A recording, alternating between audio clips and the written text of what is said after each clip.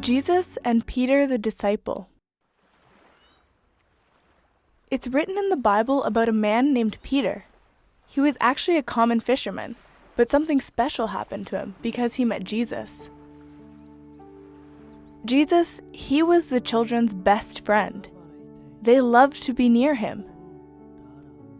He was brave and he dared to say what was right, even if very important people disagreed with him. Peter was not like that. He could get scared of what other people thought about him. He wanted to be the way Jesus was, but he didn't quite believe that it was really possible. But when Peter saw what Jesus did, he began to believe.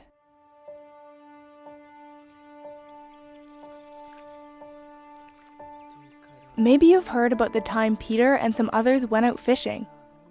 They had been fishing the whole night, but hadn't caught a single fish. They were pretty tired and worn out.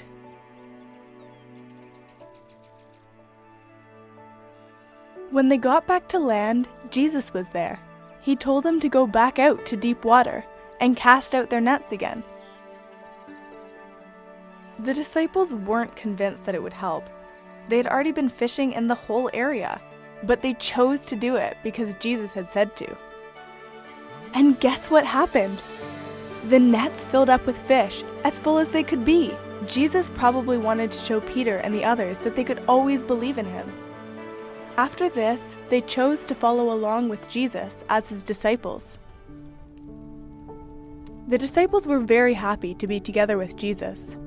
Peter thought that nothing bad should ever happen to Jesus. He was so fond of him and always wanted to be where Jesus was. He was his best friend. One evening, Jesus said something strange to Peter. Jesus said that pretty soon, Peter was going to pretend that he didn't know Jesus. Not just one time, but 3 times. And after that, a rooster would crow. Peter didn't understand that at all. Why would he pretend that he didn't know his best friend? No, I'm not going to do that, is probably what Peter thought. Then something sad happened.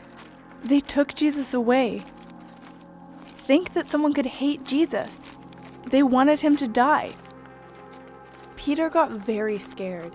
He followed after these people, but kept a little distance. He was scared that he would be taken prisoner too, if they understood that he knew Jesus. All of a sudden, someone recognized Peter and asked him, "Aren't you one of Jesus' disciples?" Peter answered a little nervously, No, I don't know him." Some more people walked toward him, and one said, "I have seen you together with Jesus." But Peter answered again, "I promise you, I don't know that person." Then Peter was asked the same thing a 3rd time, and he answered for the 3rd time, "You're wrong, I don't know him." Then Peter remembered what Jesus had told him. He was ashamed. How could he let Jesus down? He hadn't managed to be brave for his best friend. Peter thought for sure that Jesus was going to be very sad when he saw him, that Jesus would be disappointed and maybe angry. But Jesus looked at Peter with hope. He didn't get upset or disappointed. He already knew beforehand that Peter was going to pretend that he didn't know him 3 times. That's because he knows that even though we try as hard as we can to do the good, we don't always manage it all the way.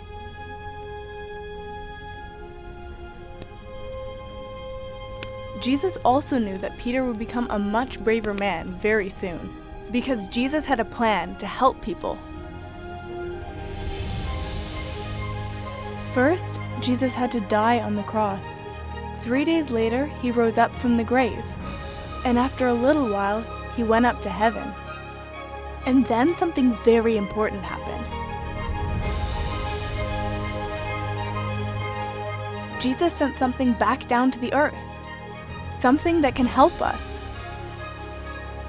What he sent was his own Spirit, the Holy Spirit.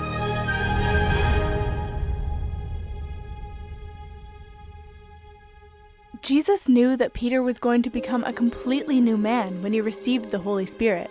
The Holy Spirit is a great power, a power which shows us what is right and wrong, and helps us to be able to choose the good. When Peter got this Spirit inside him, he became a very brave man.